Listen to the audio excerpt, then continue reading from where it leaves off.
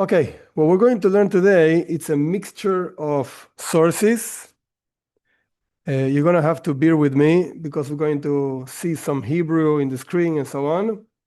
And just to understand this is really not so easy. I have like 3 books in my desk and some books that are not in my desk because I don't have them. I have them on a screen, on a browser, whatever, all the books, 4 other books open. So the subject we're going to learn is not an easy one. I'll try to make it as easy as possible. That's my job. That's what I'm supposed to be doing over here. But believe me, it's not so straightforward. And I'll present to you different ideas, different sources, as I mentioned before. And I'll present to you what I humbly think is the opinion of the Rebbe. Are there other opinions? Yes, definitely. Okay, but this is what I understand that the Rebbe is teaching. Not more than that, not less than that. What's the subject? Okay, the subject is responsibility for Bnei Noach. What does it mean, responsibility? It means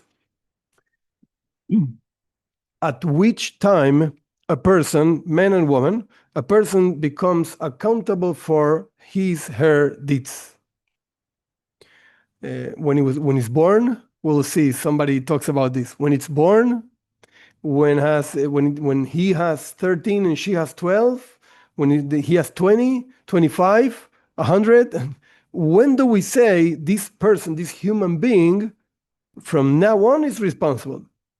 And the truth is, of course, we're going to learn the perspective of the Torah. That's what we're doing over here. But different countries have different ages. When do we say that a person is responsible? When do we send them into jail or other solutions? What's going on with the father? So there are different opinions around the world on this particular issue. So what we want to know is what's the opinion of the Torah.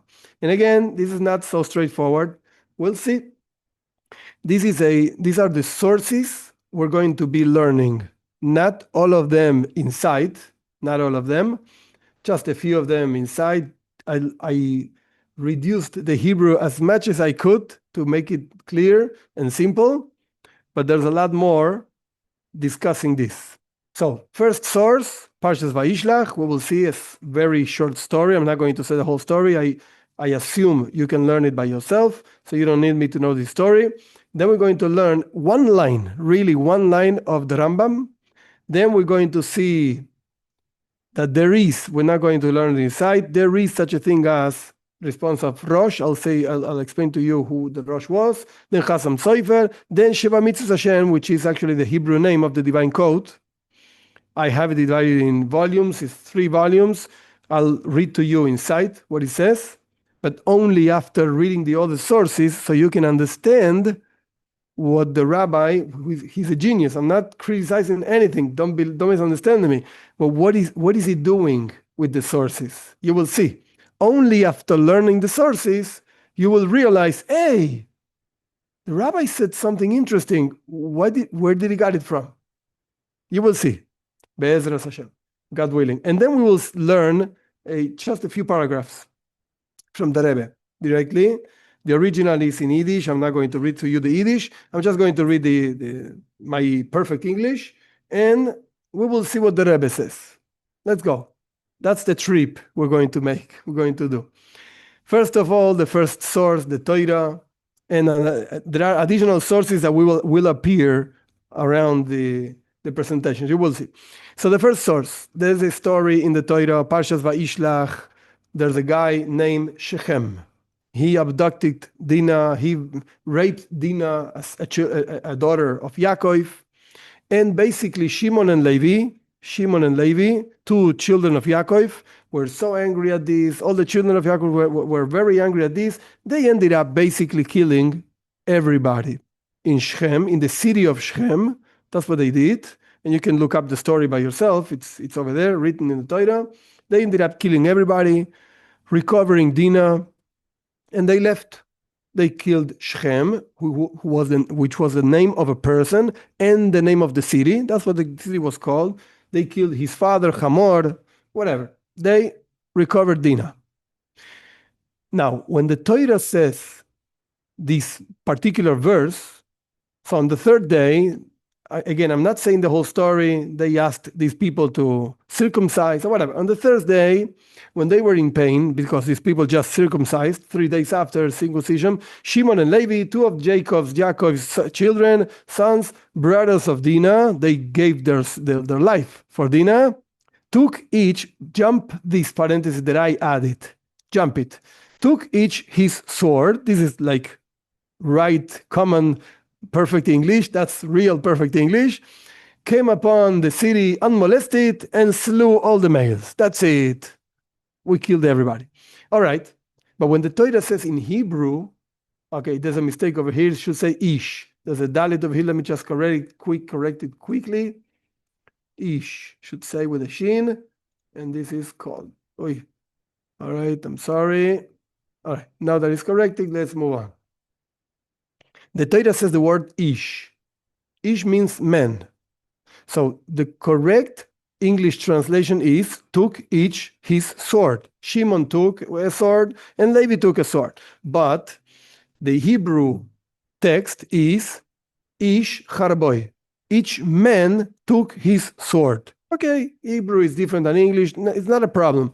But when the Torah says the word ish, man, the Torah is very precise. Why is he using this language? So let's go to the Talmud. The Talmud discusses what's a ish. What does that mean, a ish, a man? When is a person called man? The conclusion of the Talmud, according to Rashi, that we're going to learn, this is the first Hebrew stuff appearing over here, is the conclusion is that 13 years old is a grown-up, is called man, ish. It's a man, 13 years old. Let's learn Rashi.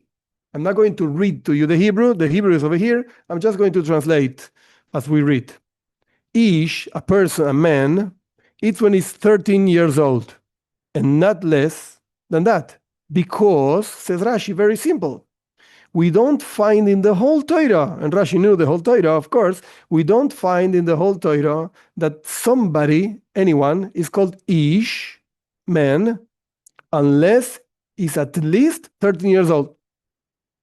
But when a person is 13 years old, we do find that the Torah calls them ish, men.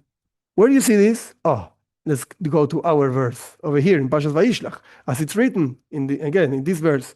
Vayichu shnei bnei Yaakov, and the two children of Yaakov took, Shimon and Levi took ish, man, charaboy, his sword. Like not nice English, but that's the literal translation. And there's a tradition, says Rashi. These are very important words. There's a tradition we received that Shimon and Levi, these two guys, at that particular moment, they were 13 years old. And if you want to count the ages, go count, says Rashi. You go make the numbers. I don't care. You go find the numbers and you will see that they were 13 years old. All right.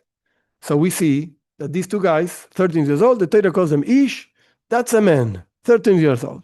Okay, let's move on. That's source number one, Shechem. 13 years old, man, Ish. Let's move on. Says the Rambam, a very simple line. And as I showed you before, I didn't copy it over here, but I showed you before, this Rambam is in Laws of Kings, chapter 9, talks about Bnei Noach. The Rambam is talking about the laws of Bnei Noach. The end of chapter 8, 9, and 10 in these Laws of Kings are for Bnei Noach. Okay, so let's go, move on forward. Says the Rambam, very clear, and he says it a few times, and most of the authorities agree to him. There are other authorities that also agree for the specification of a minimum amount, which in Hebrew is called shiurim, a shiur. Usually people call a shiur a class, a Torah class. I'm going to a shiur, I'm going to a class. Very good. But the truth is that the word shiur means a measure. That's what it means. An amount, a shiur, an amount.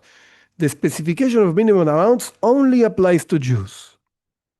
Again, many authorities agree to this. I don't think anybody discusses this, argues this.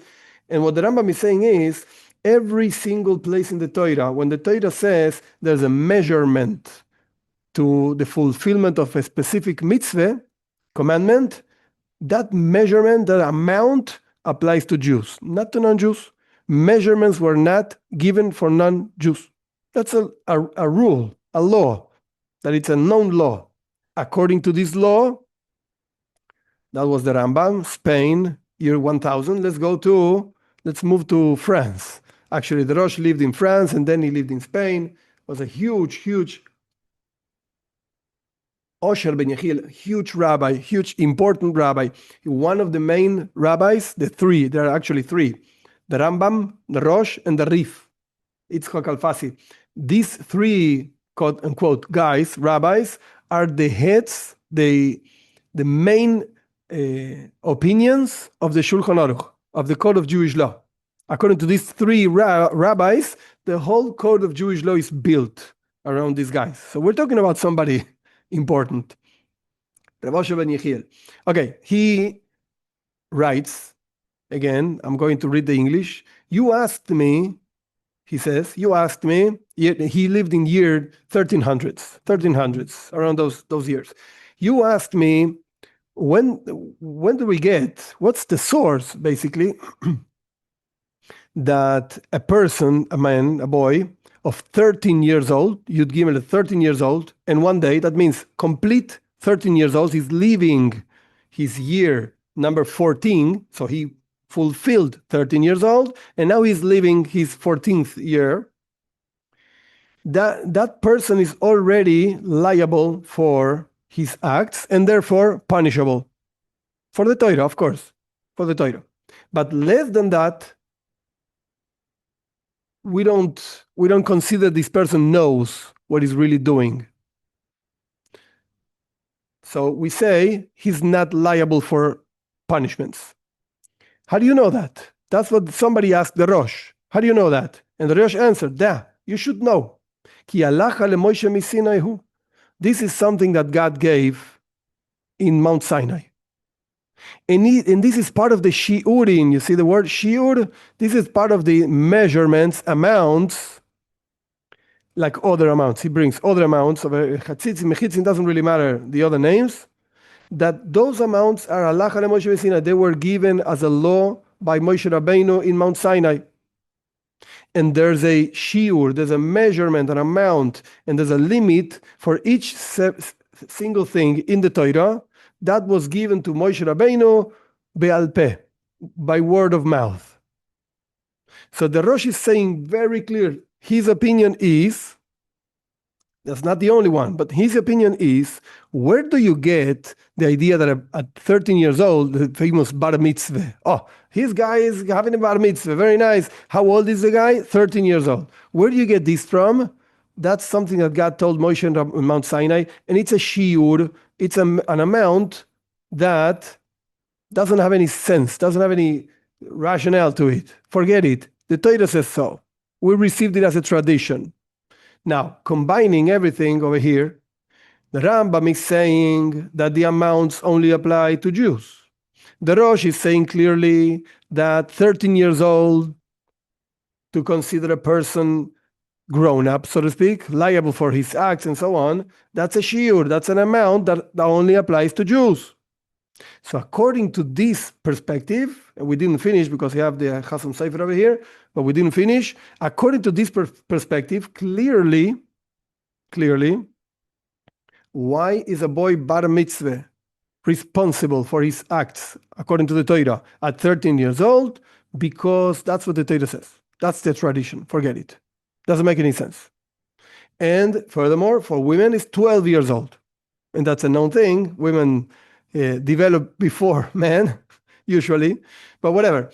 Besides the humorous note or whatever, the point is that this has no sense, no rationale, no meaning.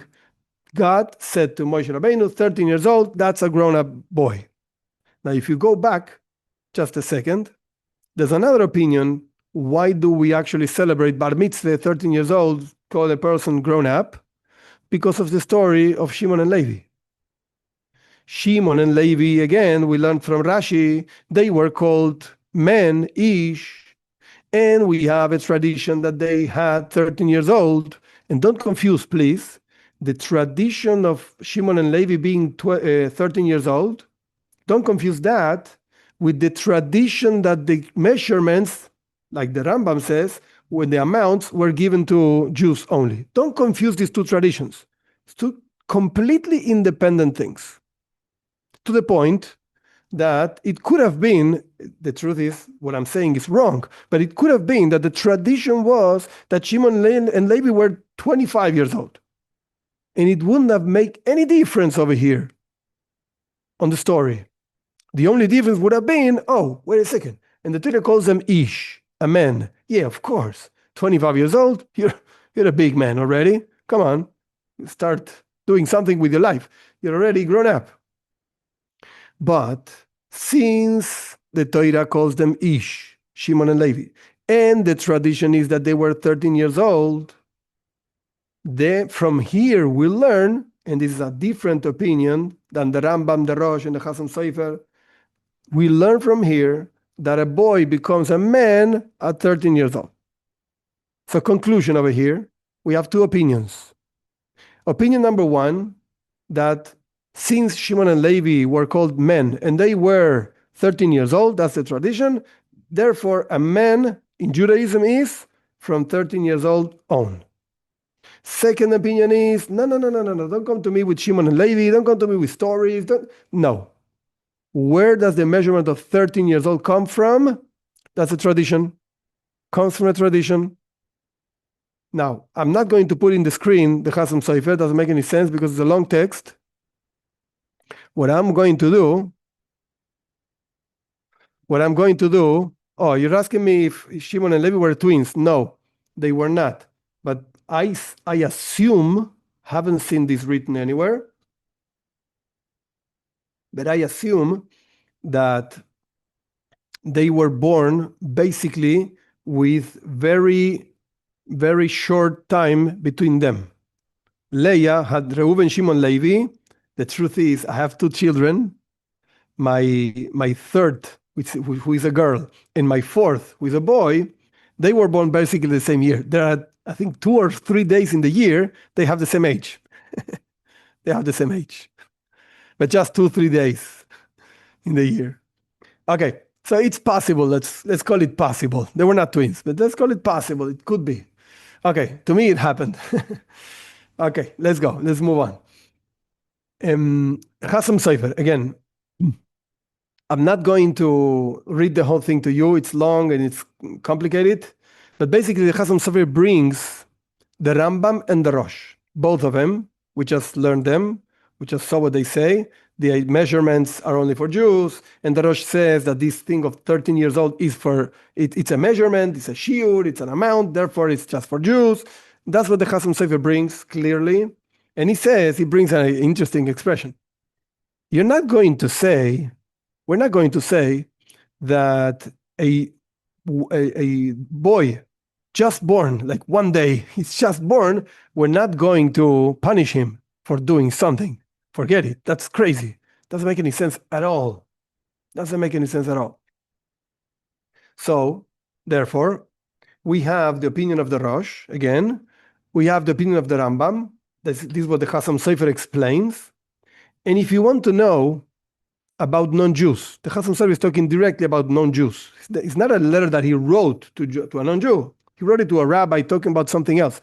But it's discussing, what do we do with non-Jews? When do we say that they are liable for their actions? Of course, and I'm repeating this, you're not going to say that he's just born 1 year old. Okay, let's punish him. What do you mean? It's a baby. It's impossible to punish this guy. But on the other hand, we're not going to say that at 13 years old, a boy, the question was about a boy. That's what he's only talking about a boy. But the same thing applies to girls at 12, okay?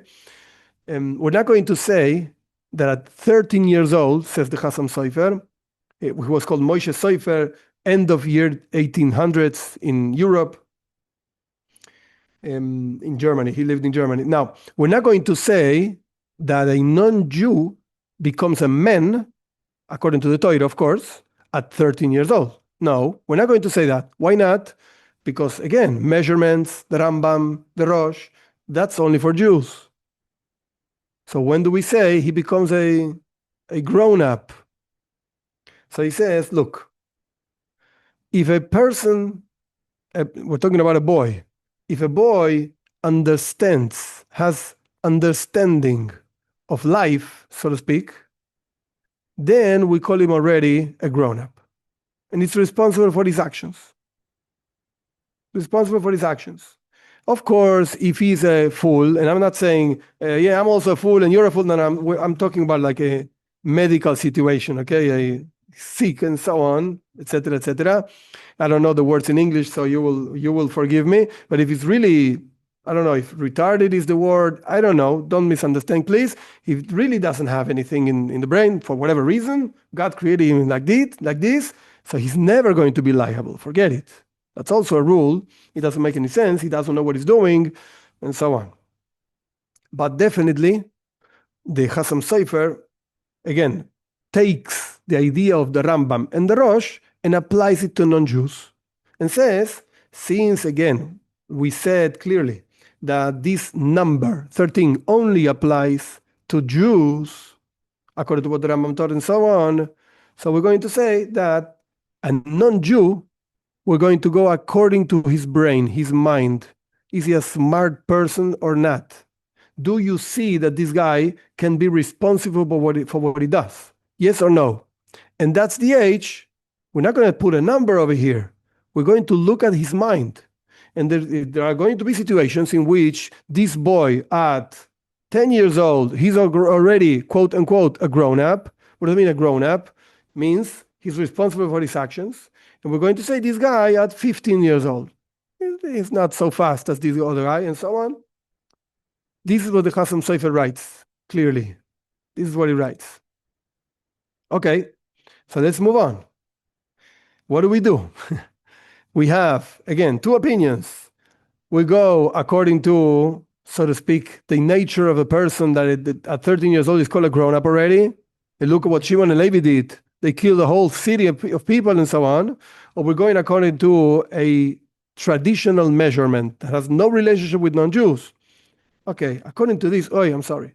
Let's read the text of the Divine Code. I have the one in Hebrew, so you forgive my English. He writes in the first volume, in chapter 4, talking about this, responsibility for Bnei Noach, talking about this same issue. He says like this: a non-Jew, Ben Noach or Bas Noach, man or woman, are not liable, are not responsible for keeping their mitzvahs, the 7 mitzvahs and anything that comes together with them, until the moment that they are smart. In Hebrew, Bnei Das, they understand. This should resemble Chasam Sofer, right? Like the same words, the same idea of the Chasam Sofer. Okay. Sounds like they have to be Bnei Das, they have to understand. And he continues, they have to really stand upon, so to speak, their intellect and be responsible for their actions. So again, we're not going to take a baby. The baby doesn't fit into this definition. Maybe 2, 5, 6, 7. I don't know. It doesn't fit into this definition because if you give him a candy, he's going to do anything. So I don't know exactly the measurement. Sounds like the Chasam Sofer. But he continues. And he says like this: what's this age? Give me a number. It's like too ambiguous. It's like weird. Give me a number. And he says like this age of, he just called him being responsible and have understanding and so on. This age is 13 years old complete for a boy, and for a girl is 12 years old complete. And they have to, I'm not going to read the whole thing because it's not really applicable for us right now, but they have to be really developed and so on. And that's when they really become responsible. And there are other opinions he brings that say that everything depends on their understanding. And if these children are really understanding what's going on, even less than 12 years old, 13 years old, a girl 12, a boy 13, they anyway are responsible for their actions. This is what he brings. Now, if you see, there's something very interesting over here. He started talking about understanding. You have to understand what's life about and so on. And then he said, when is this time of understanding? 13 years old. Stop. You should be asking yourself, wait a second. Chasam Sofer didn't say this. No, Chasam Sofer didn't say this. No. Rambam doesn't say this. Of course not. He's not talking about this. And who is saying this? The truth is, the way I understand what he writes is he is putting together two ideas. Idea number one is, look, we celebrate bar mitzvah, we say 13 years old, you're already a grown-up for whatever, being responsible for the mitzvahs. You're not going to support the whole house at 13 years old, but at least mitzvahs you can keep and see what you do. Now, he's putting together two ideas. Idea number one is what the Chasam Sofer said, understanding. And he wants to explain that the age of understanding is 13. But that doesn't mean that it really comes from somewhere. No, maybe we could say, what is this? Maybe we could say it comes from the story of Shimon and Levi. Because certainly, Shimon and Levi, even though the tradition is that they were 13 years old, as we learned from Rashi, Gemiri, that's the word, tradition, they clearly understood what was going on. They clearly understood that their sister was abducted and raped, and they had to recover her, and then so on, and they did what they did. They clearly were responsible for what they did. It wasn't a mistake, not at all. They killed everybody. So no mistakes over here. And he's putting together this idea, the rabbi over here, Rabbi Weiner, is putting together this idea of the actions. That's the way I understand it. That Shimon and Levi did with full responsibility and full consciousness of what they were doing, together with the idea of 13 years old. But where the name of 13, the number 13 years old, where they got it from? That's a shiur. That's a measurement. But the measurements are not for Jews, for non-Jews. But he left it out of the main text of the book, and he put it into a note. And he wrote a long note, which we're not going to learn, really long note. And there are notes to the note. Interesting, from a great Rabbi, Zalman Nechemia Goldberg. He passed away already. Allah Shalom. He was a genius of Torah, that this rabbi looked at the divine code and wrote his own notes. Now, what am I trying to say? The way, even though the divine code brings afterwards another opinion, he writes quite long on one opinion, and then he says, there's another opinion. There's another opinion.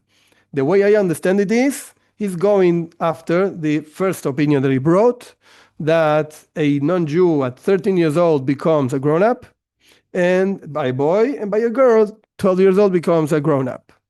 That's the way I understand what he writes. And he wants to prove it. But I think it's very important for you to understand that he's putting together two ideas. These two ideas are not together in the Torah. No, they're not. Who told you that the age of understanding is 13 years old? Who told you that? Either you go after understanding, which is the Chasam Sofer and the Rosh and so on. Either you go after 13 years old. It's two different things. Two different opinions. They don't go together. And he wants to say, he wants to put them together. The age of understanding is 13 years old. Oh, okay. You put it together. You see, this is what he did over here. Now, after learning this, let's go to a Sikh of the Rebbe, a talk of the Rebbe, which, in my humble opinion, it's actually the source of all of this discussion, all of these other sources. Let's go to what the Rebbe explains. This I'm going to read you inside. It's not so long, and it's very interesting in my humble opinion.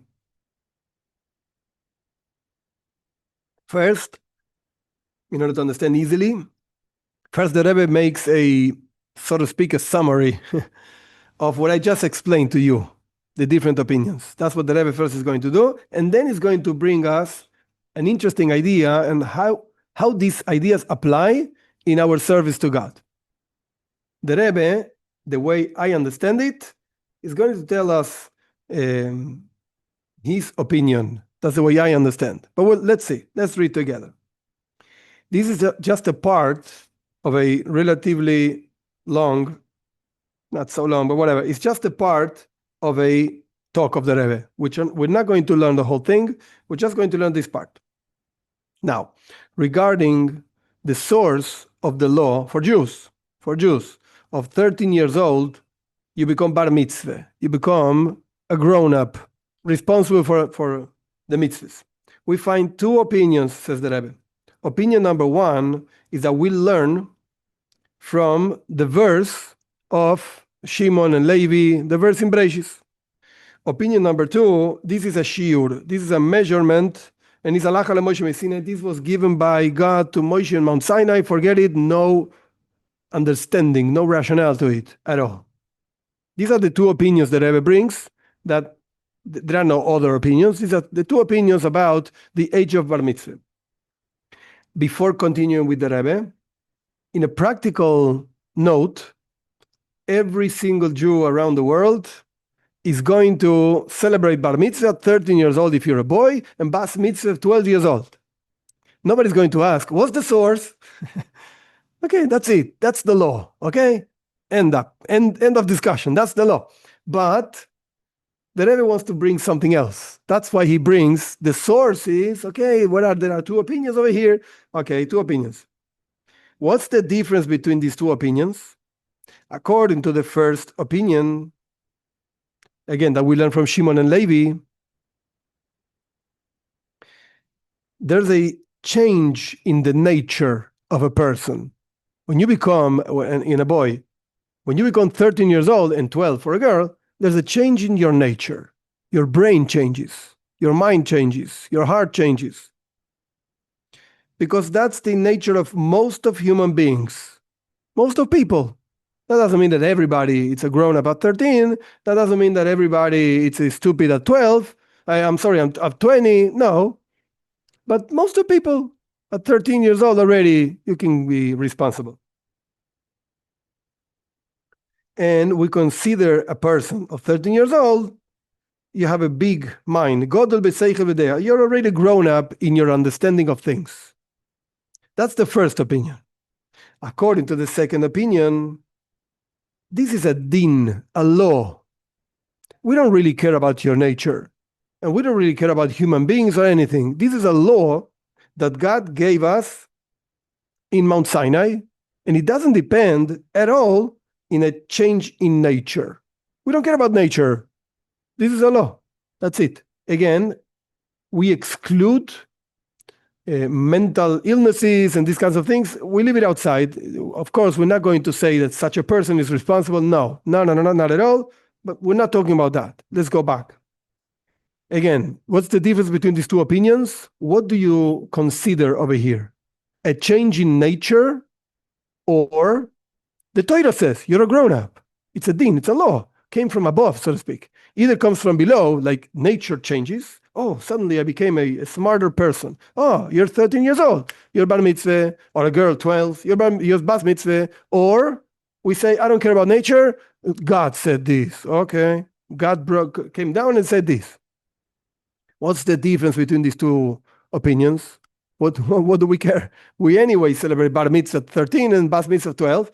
The difference is, when will Bnei Noach, a non-Jew, be responsible for their mitzvahs? That's the difference between the two opinions. According to the first opinion, that the reason for the number 13 to be responsible is because there's a nature in a human being. Oh, non-Jews are also human beings, right? Therefore, non-Jews will be responsible for their acts when they become 13 for a boy and 12 for a girl. Because we're talking about nature, and the nature is basically the same for everybody. So if a Jew by nature becomes a grown-up at 13, a non-Jew by nature is going to become a grown-up at 13. No difference at all. That's opinion number one. But if you go according to opinion number two, that the law of 13, the number 13 to be responsible is halacha leMoshe Sinai. It's a law given by God in Mount Sinai. You can understand that by non-Jews, Bnei Noach, the Rabbi says directly, Bnei Noach, that to them, like the Rambam said, the measurements, the amounts were not given at all. Therefore, the fact of being a grown-up is going to depend on every single person. Everybody's going to be different. And the Rambam, the Rebbe quotes the Chasam Sofer. That's what he says. Everybody's going to be different, and according to their understanding and their own characteristics, their traits. Some people are more mature early, some people mature later, and so on. This is what the Rebbe brings over here. Now, this mention, this thing that we explained, the two opinions in when a person becomes a grown-up, you can look at this also from a different perspective. Not that we're going to add an opinion, no new opinions, but we can look at this in the service of man to God, our relationship to God. What do we learn out of these two opinions? And the Rebbe explains these are two ways in the order that a person has to start serving God. The Rebbe now over here in this part of the talk ended up talking about non-Jews. Now he's talking about Jews. But I would like to apply this to non-Jews also, because after all, human beings are human beings. And service to God, all of us, we're all obligated to serve God in one way or another. We can argue which way, Bnei Noach, this and that. Okay, that we can argue. But at the end of the day, the only reason why we were created, like the Mishnah says in Kiddushin at the end, I was created to serve my master, God. And the Rebbe has in many letters that the clear idea, and he says it clearly, this applies also to non-Jews. Why was a non-Jew created? What do you think? He was created to serve a Jew? What do you mean a Jew? He was created to serve a God. That's the reason why we were created. So, over here, let's learn two ways of serving God, according to these two opinions. According to the first opinion, there's a type of service to God, avoida, one type of service to God that is according to the intellect, according to your mind, to what you understand. The more you understand, the more enthusiasm you're going to have in serving God and so on. Now, in the words of the Rebbe, since a person has an obligation to fulfill the mitzvahs, the commandments, and this obligation depends on nature. Again, we're going according to the first opinion. Since this obligation depends on nature and the completeness, so to speak, of your mind, and therefore only when you really have your mind complete, then you can be responsible for what you do. In the words of the Rebbe, when you recognize and when you feel the thing of commandments, that this is important, that this comes from God and so on, then, only then, we can really make you responsible for that. If you don't really understand the importance of something, it comes out, so to speak, of the words of the Rebbe, a very simple concept, which is not, the Rebbe is not the source of the concept, but if a person doesn't really understand the importance of something, he's never going to keep it and do it. Never. And this applies not just to the mitzvahs and Bnei Noach and Jews and non-Jews. No. This applies to everything in life. Suppose husband and wife fight and they have problems and they go to therapy and this and on, and they're in therapy over there talking, and she says, he always leaves the dirty socks in the middle of the room and so on. And he says, that's a stupid thing. Who cares? Wait a second. She cares. All right? It's not about socks. And it's not, do you consider your wife an important person in the world or not? Because it's for her, it's important. So do it. The problem is, you don't consider her important. Not that the socks are dirty and smelling. No. The problem is, you don't consider another person important. You're the only one important. So you have a problem. And this person you live with is your wife. So you better consider her important. So this is basically what comes out of this idea that the Rebbe is sharing over here. One example, of course. When a person recognizes that there's a creator, when a person recognizes the importance of keeping the word and the will and so on of the creator, oh, you became responsible now. You got it? You understood? Go do it. If you don't understand it, okay, I'm not going to make you do it. You don't understand it anyway. Or sometimes you're going to do it and sometimes you don't. Like children at school. Children, you teach them, you have to do this, you have to do that, and sometimes they do it and sometimes they don't. Why? Because they don't get it. They don't understand how this is really important. Because they're children. There's nothing wrong with them, nothing bad. They're just children. One day they'll understand. And when they understand, and we say in Argentina, when ficha, when the coin falls into the phone, they used to have public phones, and we don't have this anywhere, but public phones, you have to put a coin, and the coin falls, pling, and when the coin falls, that's it. It got it. The machine got it, and it's not going to give it back. You better talk or do something else because you lost your coin. When the coin actually falls into your mind, oh, I got it. I understood. So you're going to keep it. You're going to be responsible.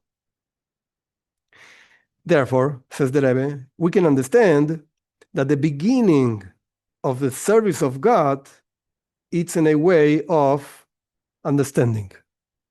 That's how a person starts. Understanding. Even though Jews said at Mount Sinai, Na'aseh v'nishma, first we're going to do and then we're going to understand. Yeah, but you know what? The regular, normal, so to speak, person that wants to get closer to Judaism and learn something about it, first comes understanding. That's the first one. This is what the first opinion holds. Again, if we're going to say that the age of 13 depends on nature, on understanding, what's the representation? What does this symbolize, so to speak? In the service of God, first thing in life is understanding. That's what they hold. And let's go to a second way of understanding. According to the second opinion, however, the fact of taking the number 13 and saying from 13 years old on for a boy and 12 for a girl, a person becomes responsible for their acts and so on, this is halacha leMoshe Sinai. This is a law that came from God in Mount Sinai and so on. This doesn't depend on your understanding at all. Therefore, since it's a commandment, so to speak, by God, comes out that this is not something you understand, you appreciate, you get it, so to speak. Not at all. This is complete acceptance of the yoke of heaven. So the Rebbe is saying over here, look at these two opinions. Again, we could say, so to speak, that we learn from the pasuk, from the verse, that Shimon and Levi and so on, or we learn like the Rosh learned and the Chasam Sofer learned according to understanding. According to these two opinions, you have two ways of serving God. And maybe put it in a different language. Two possible beginnings of the service of God. According to the opinion that the main thing is nature, the beginning of serving God is nature, is understanding. According to the second opinion that the age 13 comes from above, so to speak, from God, the beginning of serving God is beyond mind, beyond understanding. It's acceptance. Like the Jews said at Mount Sinai, Na'aseh v'nishma, we will do and we will understand. First do, and then we'll understand. Then we'll understand. So, what's the conclusion of all of this? What can we say about it? If Rabbi Weiner didn't want to conclude anything, he just brought the two opinions. Who am I to, to say something about it? In my humble opinion, we can't say something different than the Rosh, the Rambam, the Chasam Sofer. It's very difficult to say something like that. Very difficult. In my humble opinion, the age of responsibility will depend on every single person. You will have, for non-Jews, I'm talking about non-Jews, you will have people that will be smart even before 13 years old. You will have people that are not going to be smart even after 13 years old, and so on. So in every case, you have to check who is this person holding and when does it make the change, so to speak. This is the way I understand what the Rebbe is bringing over here. Based on what? Even though the Rebbe didn't say this clearly, but it's interesting. The Talmud discusses in Shabbos, Talmud discusses when the whole story of the giving of the Torah, that whole story. And as I mentioned before, in that story of the giving of the Torah, we have that the Jewish people in Parshas Mishpatim is brought down, said, Na'aseh v'nishpat. We will do, and they will understand. And there's a discussion over there. I forgot the name of the rabbi. I think it was Rabbi, but I forgot the name of the rabbi, that he was asked by a non-Jew, you're a stupid people. Ama pezisa, says this non-Jew to the Jew, so to the rabbi. You're a stupid people. You jump and do things and don't even think about it. Because you said, Na'aseh v'nishpat. First you said, I will do, and then we'll understand. That's not the way things work. And basically, it's not that there's an answer to this or anything like that. Basically, that's exactly the point. For Jews, it could be that it's 13 years old, because the way of that's not the word. The way of the system, the way the system is put by God, is that the Jew goes beyond his mind to begin with. And then he wants to understand. But for a non-Jew, it's the other way around. Again, we're seeing this discussion, this argument in the Talmud itself. A non-Jew asking the rabbi, and the rabbi is saying, what do you want from me? That's what they said. And the non-Jew is saying, yeah, but you're fool. What are you doing? Why is that? It's not just a guy discussing, arguing with the rabbi. No, it's a frame of mind. The frame of mind of the Jew usually is, I will accept. I don't understand. I'll do it anyway. The frame of mind of the non-Jew usually is, there are components of both in both cases. For Jews, there are components of understanding, and for non-Jews, there are components of just give yourself to God. There are both things. Both things are true. However, in general, is understanding. So comes out from this, in my humble opinion, that the main thing in the responsibility for a non-Jew is not 13 years old. It's not because God said so. No, that applies to Jew. It's nature. And it's according to the nature of a person, because that's usually where a non-Jew starts. Out of this should come out, or could come out, to say it better, that the way to deal with spreading out the message and teaching and talking about it and so on has to be in a way that people can understand it. In a way that people, I'm talking about non-Jews, can really grasp it. And not just say, because God said so. Usually it's not going to work. At least in most of the cases. Could find people that they are at that level. It's okay. But usually I think they're not going to be at that level. And furthermore, if for so many years, usually, there's the usual case, not everybody, but for so many years they believed on other things and differently and so on, and every time they asked in other religions, yeah, but I have a question, the devil is inside of you if you have questions. So if that's the answer, they got used to that. And when they come and ask a question, the other way around, you should say, yeah, it's a good question. I have an answer or not, whatever, I'll find out, and so on. So the way to approach spreading out the messages has to be understandable. It has to be according to the level that the person is asking. It has to be according to their understanding, that they should be able to understand what you're saying. And then with growth and with learning and so on, they will reach a higher level, which is accepting what God says and so on. But it starts somewhere else. So it starts in understanding.